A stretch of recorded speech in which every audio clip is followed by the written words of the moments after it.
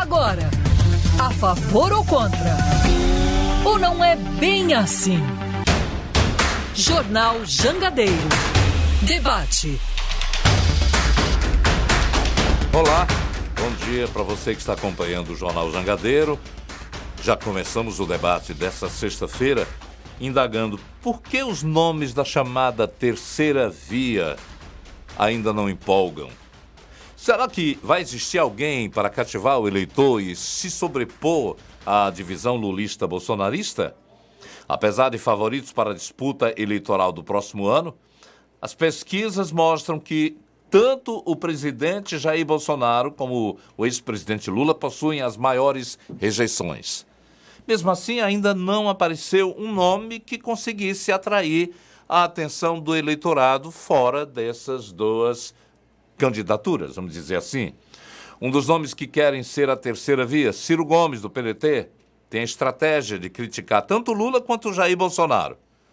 Com isso, de acordo com pesquisa do Poder Data, o potencial de voto, que poderiam votar ou que já o escolheram como candidato de Ciro, subiu e encostou no de Lula, 51% dos entrevistados.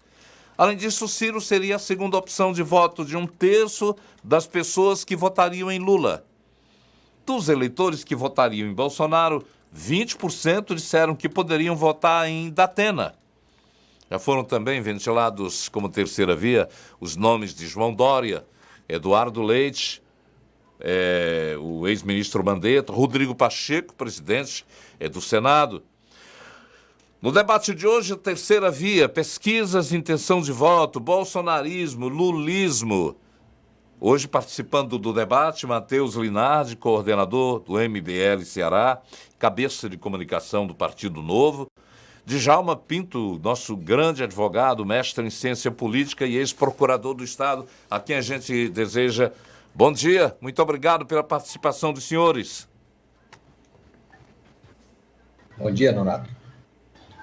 Bom dia, Matheus. Bom dia, Nonato. Você também vai acompanhar o nosso debate pela 101,7, pelo YouTube, Facebook do Jornal Jangadeiro e participa mandando perguntas, dando a sua opinião pelo WhatsApp 981543814. A gente já vai começar falando... senhores, o país vive um clima tenso em relação à sua política atual. De uma parte, discursos agressivos a nomes da Justiça, ao próprio Supremo, motociatas, eventos que sugerem até mesmo propaganda eleitoral fora do tempo. Como é que a gente pode avaliar esse instante da política em relação às proximidades das eleições? Começar com o doutor Djalma. Olha, a campanha foi antecipada muito precocemente. Então, isso prejudicou a governabilidade e criou, por outro lado, um clima de tensão que é prejudicial à normalidade da nossa democracia. Nós precisamos fazer autocríticas, o nosso modelo de democracia precisa aprimorar o respeito à cidadania, o respeito à impessoalidade no âmbito dos três poderes. Eu acho que o momento de crise é um momento de reflexão. Membros do Poder Legislativo, do Poder Executivo e do Poder Judiciário têm que fazer autocrítica para encontrar um caminho que assegure a impessoalidade, que assegure a atuação em qualquer esfera do poder, tendo como prioridade absoluta a supremacia do interesse coletivo. As nossas crises são decorrência dessa falta de compromisso de respeito para com o princípio da impessoalidade que está consagrado com ênfase no artigo 37 da Constituição. Como é que você analisa?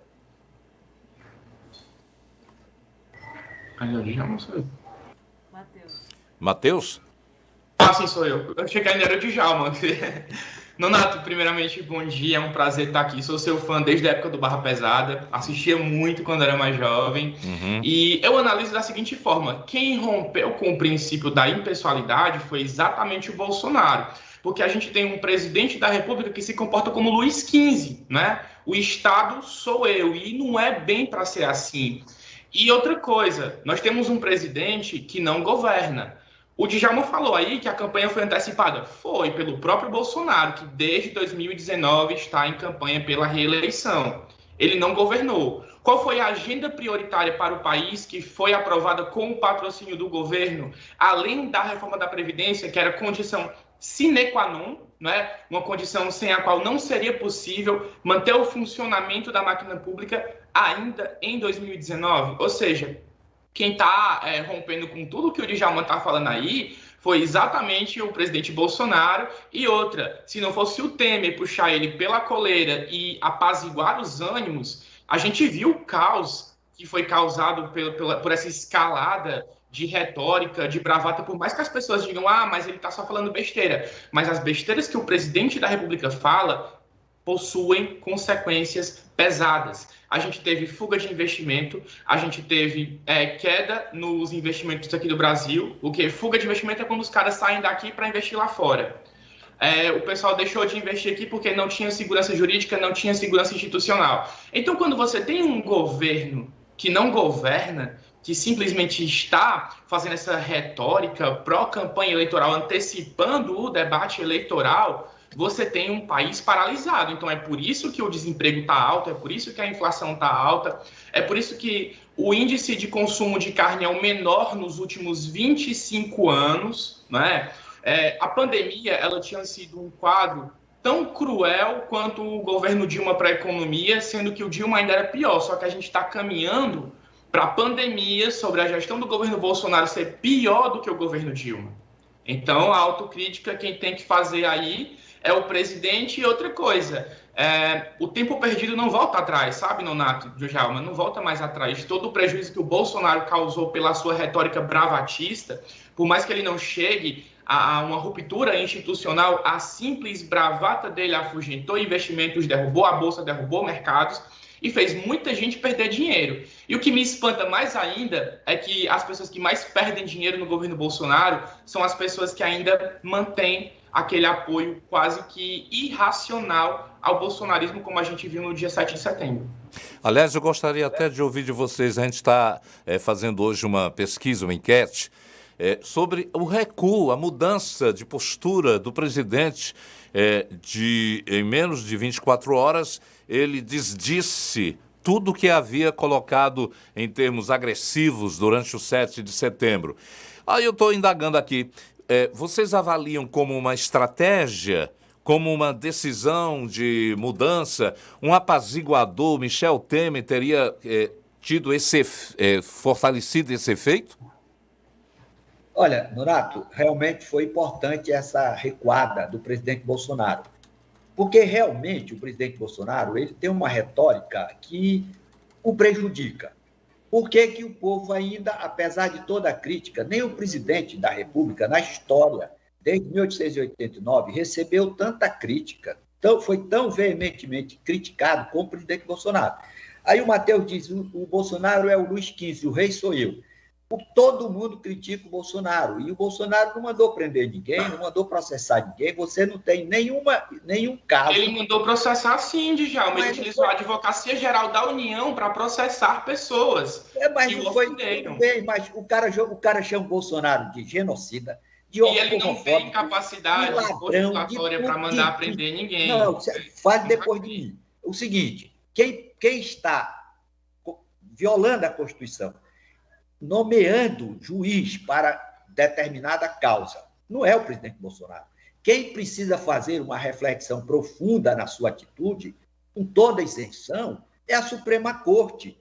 O ministro que foi designado para ser relator da fake news, do processo da fake news, ele não foi escolhido por sorteio, violando de forma brutal o princípio do juiz natural. Você não pode escolher o seu julgador. Você não pode escolher o delegado que vai lhe processar. Então, temos que fazer reflexões. O presidente Bolsonaro é intempestivo, fala coisas que não devia falar. Realmente, isso é inquestionável. O Brasil precisa de pessoa mais moderada, que tenha priorização em relação aos problemas e não comece com essa conflituosidade. Também isso é relevante. Agora, dizer, por exemplo, que o governo Bolsonaro tem corrupção, o povo está na rua exatamente por isso. 2 anos de governo, você tem agora 60 dias discutindo CPI, houve desvio de dinheiro dos estados, principalmente desse consórcio Nordeste, e ninguém quer apurar isso.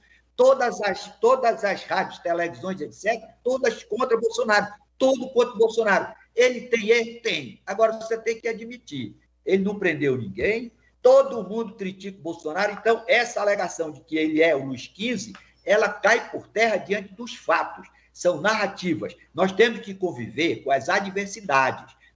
Por que não aparece ainda a terceira via? Das candidaturas que estão com possíveis colocação de nome. Qual é o candidato, potencial candidato, que diz para a nação que vai combater o seu principal câncer? Qual é o maior câncer da corrupção da história do Brasil que tem prejudicado a sociedade? Justamente a corrupção. Quando o presidente Lula foi eleito a primeira vez, a bandeira de campanha dele era o combate à corrupção. Infelizmente, ele teve que ceder ao sistema. O Bolsonaro veio exatamente pela vulnerabilidade do modelo de Lula e Dilma, combatendo corrupção. Por que o povo ainda vai para a rua? Tem rachadinha, acusação tem. Não, mas ele fez rachadinha, o filho dele fez rachadinha. Tudo bem, está aprovada a rachadinha? Tá. O que é que tem que fazer? Punir o filho dele. Por que não puniram o filho dele? Porque o presidente da Assembleia tinha consumido lá com rachadinha 49 milhões e o cara só tinha consumido 1 milhão e tal. Tem que punir todos. Por isso que eu digo que a impessoalidade tem que valer para todos. Essa de dizer, não, o Bolsonaro fez isso. Rapaz, tudo bem, todo mundo quer o quê? Combata a corrupção. Como é que nós vamos combater a corrupção? Como nós vamos acabar esse clientelismo do toma lá, da cá? Que ele está agora sendo vítima disso. O que é o grande desafio da nação? Quem vai ser eleito senador?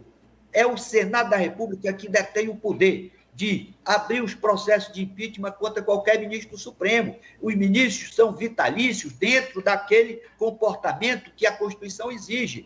Quando a Lei 1079, de 1950, elencou as hipóteses de crime de responsabilidade e o cidadão, por diversas vezes, com mais de 2 milhões de assinaturas, compareceu ao Senado para pedir a tramitação do processo, nunca houve. O Brasil já teve 2 impeachments de presidente, mas não teve nenhum processo sequer que teve tramitação de ministro da Suprema Corte. Okay. Isso cria uma tensão, uma desesperança no cidadão que vai para a rua, se excede e começa a praticar atos que realmente comprometem a normalidade da democracia. Doutor Djalma, agora vamos dar espaço ao Matheus, que ele entrecortou aí, demonstrando contrariedade ao que o senhor iniciou a dizer. Matheus. Exatamente. O Djalma fala aí em narrativas, em falácias, e fala, não, mas o Bolsonaro nunca mandou prender ninguém. Não é competência do presidente da República mandar prender alguém. O senhor também disse que o Bolsonaro nunca processou ninguém. Ele processou. Qualquer pessoa que estiver escutando esse debate ou assistindo esse debate pode ir no Google e pesquisar. Bolsonaro usa a Advocacia Geral da União para processar seus críticos. O presidente da República utilizando uma estrutura de Estado para processar pessoas que o criticam, que criticam a sua pessoa, Djalma, né? Então, essa narrativa sua aí, ela não procede. Outra coisa, você fala que não houve corrupção no governo Bolsonaro, a gente está assistindo agora na CPI da Covid, a gente está vendo os pedidos de propina na questão das vacinas, e eu pergunto para você, Djalma, é natural que 2 lobistas de uma empresa que negociam vacinas com o Ministério da Saúde participem de churrasco com o presidente da República?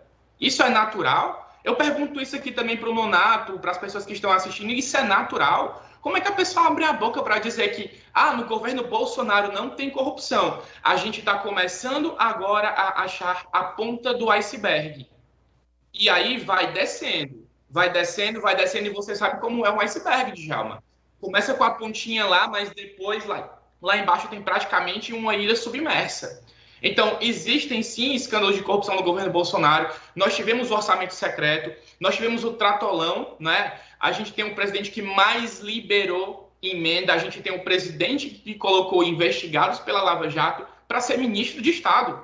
Ciro Nogueira, hoje, ministro de Estado, é um tapa na cara do brasileiro que foi para a rua votar no Bolsonaro contra a corrupção. A única coisa que o Bolsonaro fez nesse tempo todo que ele governou, que ele não governou, né? Que ele fez campanha para a reeleição, foi mostrar que todos os discursos dele que levaram ele a ser eleitos em 2018 era tudo bravata. era tudo mentira, era tudo falácia. Ele riscou cada um, ele combateu a Lava Jato, ele desmantelou a Lava Jato. Corrupção que o Bolsonaro combate é somente contra os inimigos dele. Basta ver o que aconteceu com o Witzel, lá no Rio de Janeiro.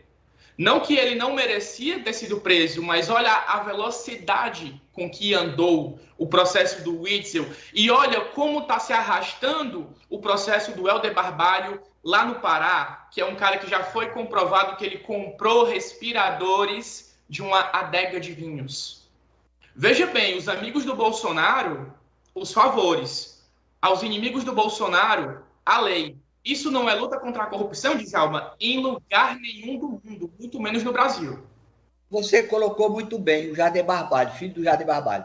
O Jader Barbalho já estava inelegível, o Supremo tornou elegível. Helder Barbalho desviou dinheiro dos respiradores, dinheiro da saúde. Não só ele, praticamente todos os governadores.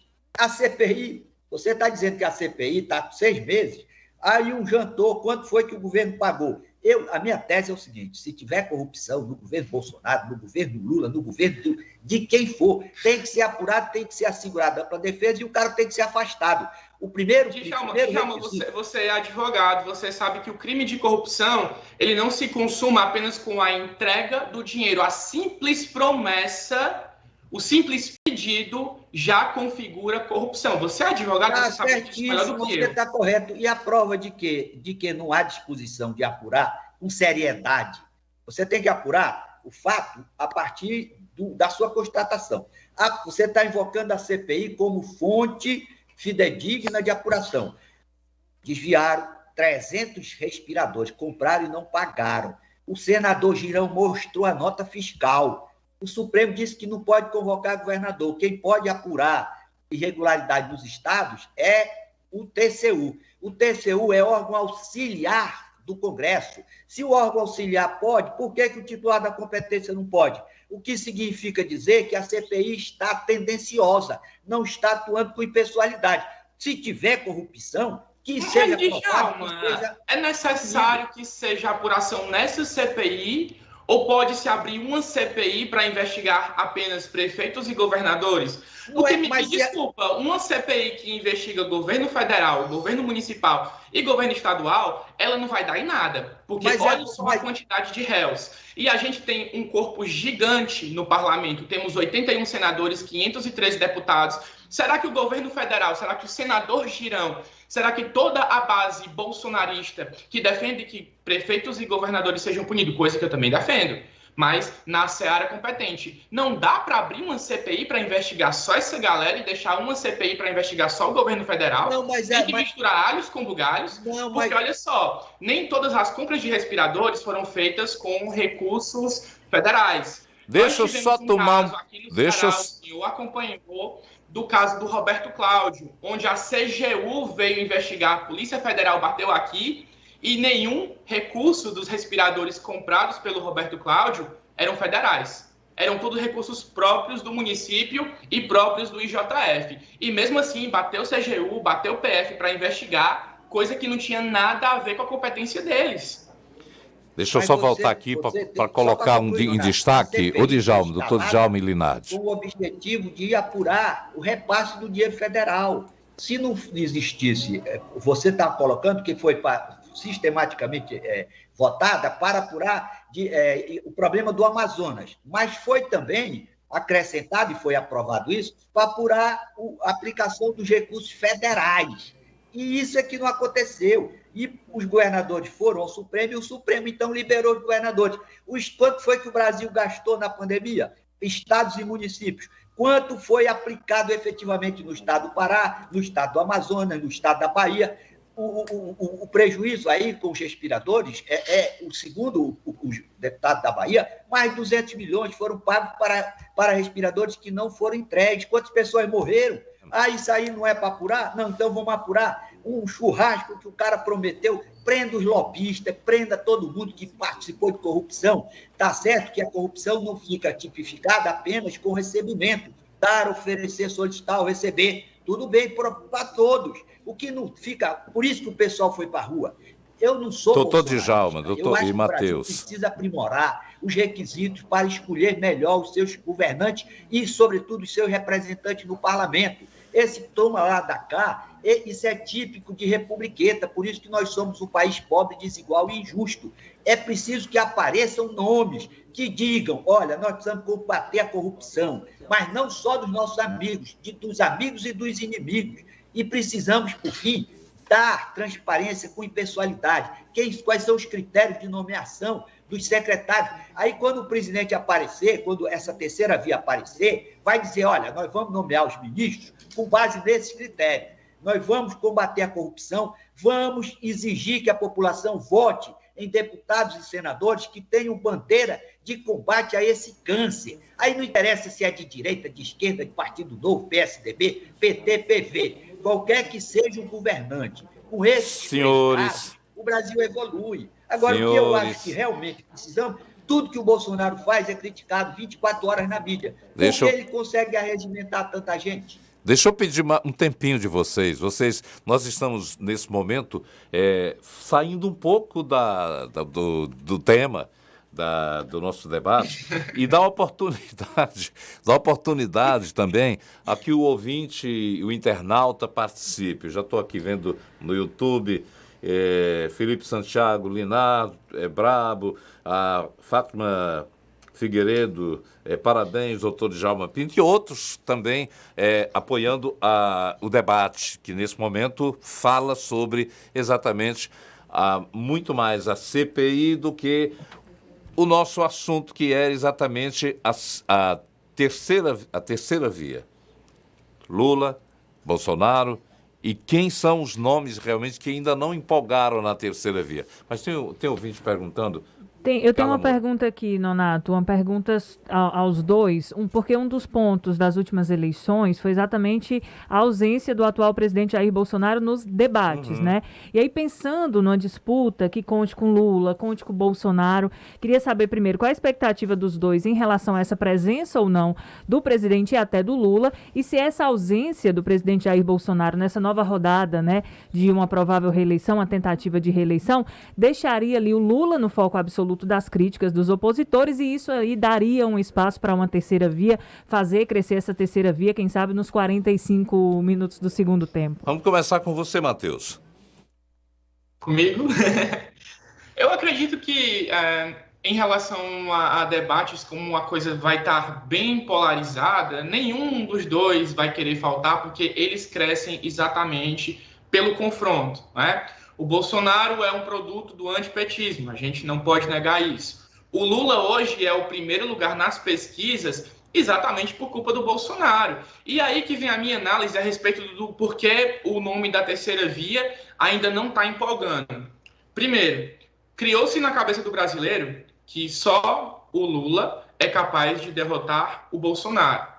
Então, pessoas que votaram, inclusive, no Bolsonaro em 2018 e se decepcionaram com ele, estão cogitando, inclusive, a votar no Lula. Porque ninguém cai de 58 milhões de votos, como o Bolsonaro caiu, para hoje ele ter o quê? 19% das intenções de voto, segundo as últimas pesquisas que saíram. Não é? Isso na estimulada, viu? Isso na estimulada, porque na espontânea é muito mais baixo.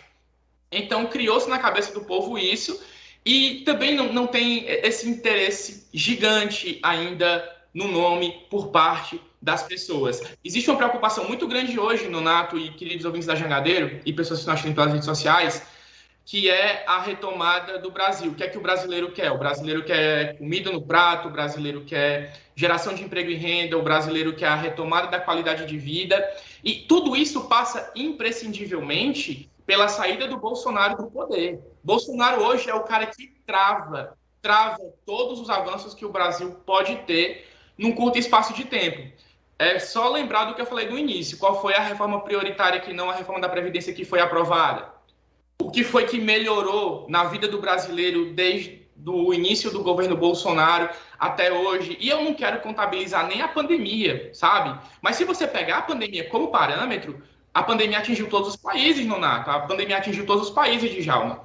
A nossa resposta à pandemia, que na verdade, ao meu ver, não foi uma resposta, foi um boicote ao enfrentamento, foi um dos piores possíveis. Tanto é que o real foi uma das moedas que mais desvalorizou, que mais perdeu valor. Ou seja, tá tudo errado, e as pessoas estão preocupadas em tirar o Bolsonaro. Por isso, há essa grande migração de votos, de intenção de votos para o Lula. Agora, doutor Djalma. Vou complementar. É o seguinte, em primeiro lugar, toda essa conclusão, o Matheus é brilhante, mas toda a conclusão parte Travou, de que as pesquisas são sérias. Foi o meu que travou. O processo eleitoral brasileiro, ele vem sendo prejudicado gravemente pelas pesquisas eleitorais. O Brasil agora mesmo está votando, o Parlamento Brasileiro, a Câmara está votando um projeto para proibir a divulgação de pesquisas na véspera e no dia da eleição. Isso já foi objeto da lei, do artigo 39A da Lei 9504. Entretanto, o Supremo Tribunal Federal diz que essa proibição é inconstitucional porque viola a liberdade de expressão. Qual é a solução que o Brasil precisa amadurecer e implantar imediatamente, inclusive o Poder Judiciário aplicando? Ninguém pode causar dano ao outro sem que haja respectiva responsabilização. Quando você divulga uma pesquisa na véspera da eleição, como agora, nessa última aqui do governador, de prefeito do Ceará, em que o capitão foi colocado com 22 pontos percentuais atrás do primeiro colocado, essa pesquisa interfere seriamente no ânimo dos eleitores. Ela compromete a normalidade do processo eleitoral. Você tem o caso do Inácio Arruda, que já foi prejudicado por pesquisa, Marcos Caule já foi prejudicado por pesquisa, Heitor Ferri prejudicado por pesquisa. Então, existe um sistema em que as pesquisas eleitorais interferem no dólar, interferem na Bolsa de Valores, interferem nas eleições, no resultado das eleições. Qual é a saída que nós temos que adotar para contermos essa compulsão de destruir candidaturas no Brasil? O Instituto de Pesquisa tem o direito de apresentar sua pesquisa, mas toda pesquisa tem uma margem de erro. Quando a pesquisa ultrapassa a margem de erro, o autor da pesquisa, o realizador da pesquisa, tem o dever de explicar qual foi o fato bizarro, o fato inusitado que alterou essa margem de erro, alterou o resultado da pesquisa. Por que a pesquisa deu errada? O que é que acontece? A pesquisa dá errada, o candidato prejudicado fica com uma certa nostalgia durante 3, 4 dias, depois volta tudo à normalidade, aí os institutos de pesquisa continuam fazendo erros, prejudicando candidaturas, sem pagar a indenização. Nós temos que implantar a ideia de que, se o Instituto de Pesquisa errou e não justificou, não explicou a razão do seu erro, que é muito fácil dizer, não, o eleitor muda de ideia, por isso é que tem a margem de erro. Então, se não explicou, tem que pagar a indenização. Quando todo mundo for ao Poder Judiciário e o Judiciário reconhecer que se trata de responsabilidade objetiva, porque ele tem capacidade de fazer a pesquisa, mas se ele erra, deve reparar o dano. Aí nós vamos ter a normalidade do processo eleitoral, porque se coloque no lugar de um candidato que a pesquisa coloca como inviável, como foi o caso do candidato Heitor Ferri na eleição de 2014, colocado em 4º lugar, atrás, inclusive, do candidato Moroni. 14 pontos percentuais. Quando as urnas são abertas, o cara tem 20,97 pontos percentuais, colado no segundo colocado.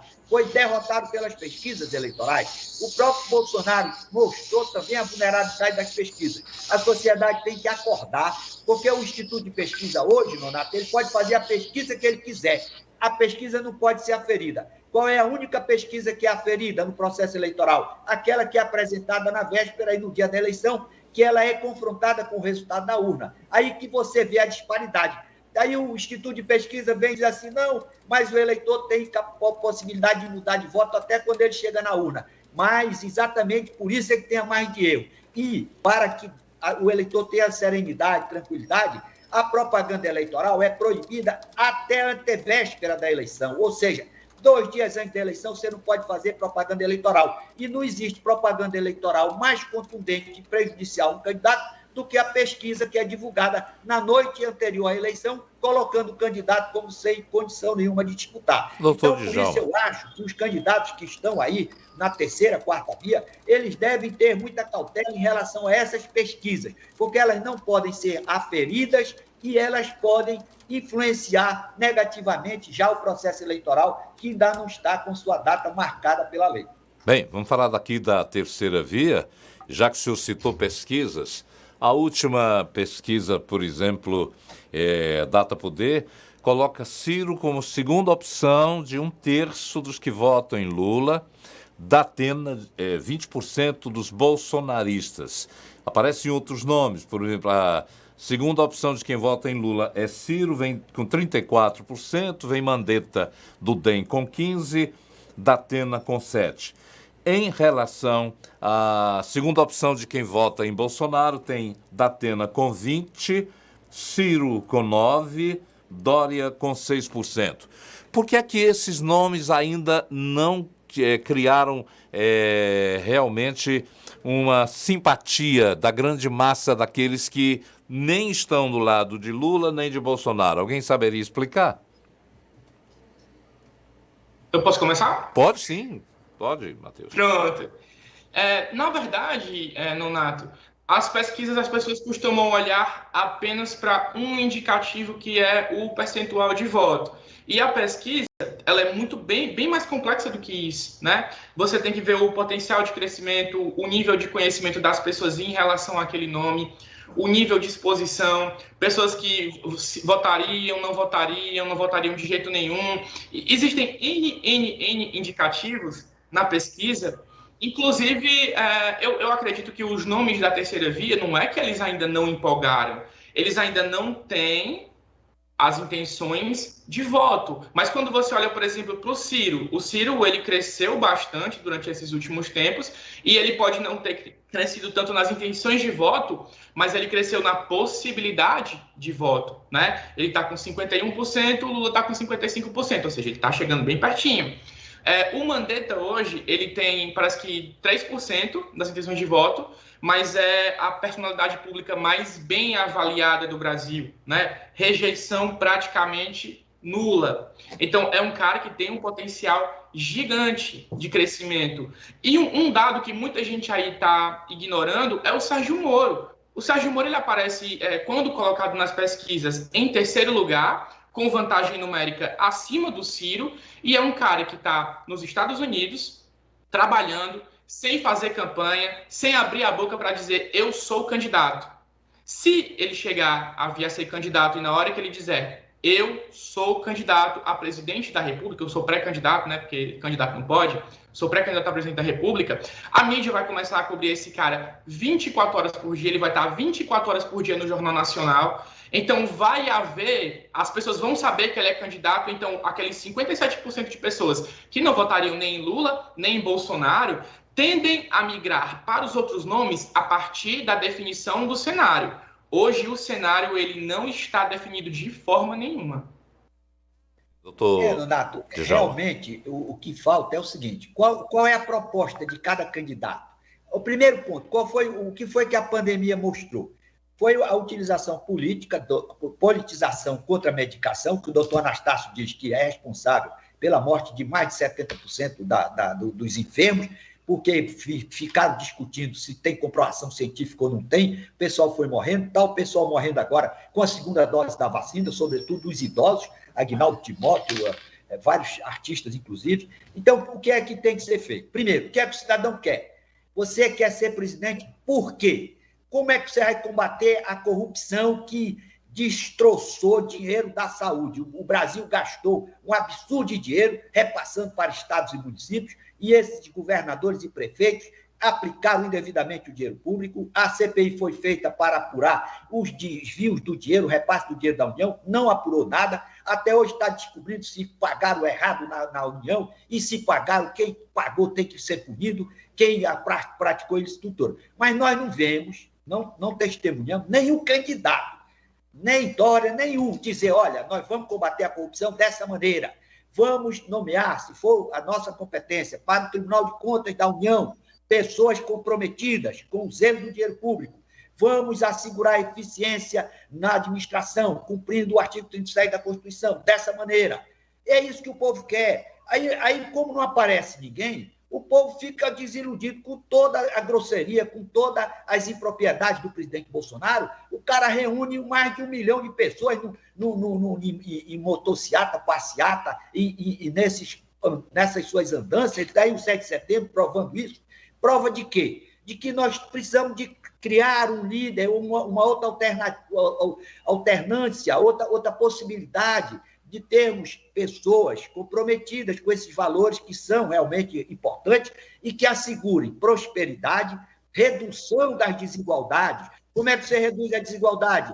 Dando escola de qualidade. Qual é o candidato que já apresentou uma proposta de melhorar o ensino fundamental? Se você não assegura escola de qualidade na periferia, você não pode ter sossego, você tem que estar todo o tempo aumentando o aparato repressor do Estado. Quais são os critérios para nomeação de ministro do Supremo Tribunal Federal, ministro do Tribunal Superior de Justiça? Quais são os critérios que você propõe para que a sociedade aprimore aqueles que integram o seu poder judiciário? Então, são essas questões que precisam ser colocadas para que o eleitor, então, possa sinalizar na direção de um líder que garanta essa tranquilidade que a nação espera. Ô, Matheus, você concorda com o advogado Djalma Pinto ou acha que planos, projetos de governo que sejam anunciados, respostas à situação do país, muitas vezes não são levados em conta por conta de um fanatismo que muitas vezes inviabiliza a possibilidade de uma terceira via? Nonato, eu acompanho política já há bastante tempo. Eu era uma criança estranha, eu gostava de assistir debates políticos, inclusive assistia debate do Lula, debate do Collor no YouTube. E eu nunca vi em debates políticos eles debaterem os problemas do Brasil e as soluções. Eu via promessa de campanha, né? Eu nunca vi dizer como eu vou fazer isso, o que eu vou mobilizar para fazer isso. Então, eu acredito que não. Isso aí não define voto de seu ninguém. O tecido social, né, que é composto pelos eleitores e pelas vontades dos eleitores, eles sim definem a eleição. Em 2018, a gente tinha um tecido social muito preocupado com a segurança pública. Vejam só, uma pesquisa da Empíricos junto com o Paraná Pesquisas. Dos eleitores do Bolsonaro, 35% votaram nele por causa da pauta pró-segurança pública, porque viam no Bolsonaro o cara que ia solucionar o problema da insegurança, que a pessoa saía de casa do trabalho e não sabia se ia voltar. E até que o governo mandou muito bem na segurança pública quando era o Moro, ministro da Justiça, e o general Teófilo, nosso cearense aqui, prata da casa, era o secretário de Segurança Pública. A gente teve uma redução nos crimes, a gente teve uma redução nos homicídios, mas bastou o Moro e o general Teófilo sair para a criminalidade tomar de conta do Brasil. É só olhar os indicadores, sabe? Então, acredito que não é proposta que vai definir o voto do brasileiro, é o interesse individual de cada brasileiro que compõe esse tecido social. Então, pelo que estou notando, temas correlatos à situação nacional pesam de sobremaneira na avaliação do eleitor, é isso? Exatamente. São as preocupações que motivam o eleitor a sair de casa num domingo, seja de manhã, seja de tarde, seja próximo da noite ali, para ir depositar o seu voto de confiança. Então, vejam bem, 2018, 35% votaram no Bolsonaro por causa da segurança pública. 20 e poucos por cento votaram por causa do antipetismo, ou seja, não foi o antipetismo que elegeu o Bolsonaro. É por isso que é interessante essa estratificação do voto, esse raio-x do eleitor. Era muito bom que isso fosse divulgado assim amplamente. E eu acho ridículo uma proposta que quer limitar a divulgação de pesquisas, porque, Nonato, Djalma, queridos ouvintes, queridos telespectadores, as grandes empresas, os grandes players do mercado financeiro, eles têm acesso às pesquisas 24 horas por dia. Existem empresas de risco como a Eurásia, que analisam o cenário político do Brasil e mostram para os investidores, aqui é bom de você colocar seu dinheiro ou evite colocar seu dinheiro entre período tal e tal e tal e tal. Então, você privar o cidadão comum de ter acesso a esse tipo de material, não dá, Djalma. Não dá. Matheus. Outra coisa, pesquisa eleitoral, ela não é uma projeção do que vai acontecer. Ela é um indicativo da tendência. Então, por exemplo, quando você teve em 2014 o Aécio ultrapassando a Marina, e o Aécio aparecia com 22% ainda na véspera da eleição e fechou a eleição com 32%, era um indicativo de crescimento dele, que a pesquisa ela não conseguiu capturar, né? Porque ela não consegue capturar, ela consegue capturar a tendência. Então, não adianta querer penalizar fulano de tal, não adianta querer proibir. Os problemas da liberdade, eles são resolvidos com mais liberdade, Djalma. Não é através de punição, não é através de regulação estatal. E em relação ainda, voltando aqui para o nosso tema da terceira via, eu vejo que a grande preocupação do brasileiro, Nonato, é comida no prato. Tem gente deixando de comer frango para comer ovo. Tem gente que não está conseguindo nem comer ovo. Tem gente que está entrando em fila de distribuição de ossos. Ou seja, o combate à inflação vai ser o grande mote da campanha de 2022 e o Bolsonaro perde todas as credenciais aí, porque ele é o governo que abandonou o combate à inflação. Enquanto o pobre está passando fome, o governo federal está batendo recorde nos tributos federais de arrecadação. Isso é desumano. Já estamos ultrapassando o tempo. Só um minuto aí, Nonato. Primeiro que eu não sou a favor de proibição de pesquisa. Você se equivocou na minha observação. Eu não disse que você era a favor, eu disse que você sou a favor de que a pesquisa seja liberada. Agora, pesquisa errada, o que é pesquisa errada? Você coloca margem de erro 3 pontos percentuais. A margem de erro dá 20 pontos percentuais, ou é má fé ou é incompetência. O dano causado ao candidato prejudicado deve ser responsabilidade de quem elaborou a pesquisa. Segundo ponto, o projeto de cada candidato é uma exigência da lei eleitoral. Para você ser um candidato registrado na Justiça Eleitoral, para presidente, governador, prefeito, você tem que apresentar o seu projeto. Agora, o Matheus tem razão. Infelizmente, as promessas de campanha não são cumpridas. Isso mostra porque nós somos indigentes sob o ponto de vista de civilidade. O Brasil é pobre porque o cara diz uma coisa na campanha e vai fazer outra. E não há sanção para isso. Agora, o que é fato? Cada candidato tem que dizer, rapaz, se eu for eleito, eu vou fazer isso, isso, isso. E se eu não fizer, me responsabilizem, para nós criarmos uma nova mentalidade de político que não seja aquele político enganador, aquele político oportunista que vai colocar no seu projeto de governo aquilo que ele sabe de antemão que não vai realizar, que aquilo é bravata que vai enganar o eleitor. Esse é o debate que está chegando ao final. Nova mentalidade para homens públicos que leve o país à prosperidade. Doutor Djalma, muito obrigado. Matheus Linardi, muito obrigado pela sua participação, coordenador do MBL Ceará, o head de cabeça de comunicação do Partido Novo. Djalma, advogado mestre em ciência. Diretor de comunicação, head é o termozinho em inglês que a gente utiliza. Ok. Não, tranquilo. Agradecer a vocês. Vocês deram realmente uma energia ao debate, à discussão, e a gente agradece porque nós queremos isso. Ouvir opiniões que realmente sejam conflitantes para que a nossa consciência, a consciência do cidadão, do ouvinte, possa ter também luzes a respeito de todos os lados. Grande abraço. Muito obrigado, Matheus. Prazer tê-lo aqui. Eu posso pedir a palavrinha só um minutinho para divulgar o ato que a gente vai fazer agora, dia 12/9. Faça. Rapidinho. Pessoal, quem está ouvindo aí, quem não aguenta mais esse governo Bolsonaro, nós do MBL, juntos numa frente amplíssima, galera, amplíssima. Quando foi que vocês imaginaram PCdoB, PDT, Rede, Acredito, PSB? Cara, é muita gente boa, preocupada em defender a democracia. E a gente vai sair dia 12/9 para se manifestar na Praça Portugal, às 3 horas. Se você é a favor da democracia, vista a sua camisa branca e vá para a Praça Portugal se manifestar com a gente, beleza? Um abraço, galera. Obrigadão pelo convite e obrigado pelo espaço. Prazerzão, cara. Muito obrigado pela participação. Nós estamos encerrando o nosso debate desta sexta-feira.